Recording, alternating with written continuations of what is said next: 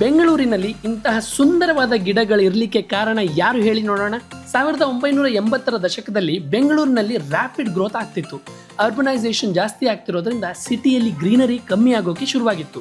ಆ ಸಮಯದಲ್ಲಿ ಎಂಟ್ರಿ ಕೊಟ್ಟವರು ಸೇತುರಾಮ್ ಗೋಪಾಲ್ ರಾವ್ ನೆಗಿನಾಳ್. 1981ರಲ್ಲಿ IFS ಆಫೀಸರ್ ಆಗಿ ಬೆಂಗಳೂರಿಗೆ ಅಪಾಯಿಂಟ್ ಆಗ್ತಾರೆ.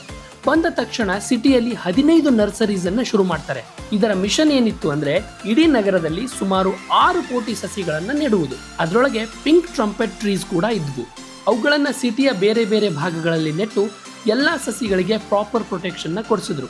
ಅದರ ಫಲಿತಾಂಶ ಸುಮಾರು 15 ಲಕ್ಷ ಮರಗಳು ಬೆಳೆದು ಇವತ್ತು ಬೆಂಗಳೂರಿನ ಸೌಂದರ್ಯಕ್ಕೆ ಕಾರಣವಾಗಿವೆ. ಪ್ರತಿ ವರ್ಷ ಮಾರ್ಚ್ ಏಪ್ರಿಲ್ ತಿಂಗಳಲ್ಲಿ ಈ ಮರಗಳು ಪಿಂಕ್ ಹೂವನ್ನ ಬಿಡುತ್ತವೆ. ಇಡೀ ಸಿಟಿ ಸಖತ್ ಬ್ಯೂಟಿಫುಲ್ ಆಗಿ ಕಾಣುತ್ತೆ.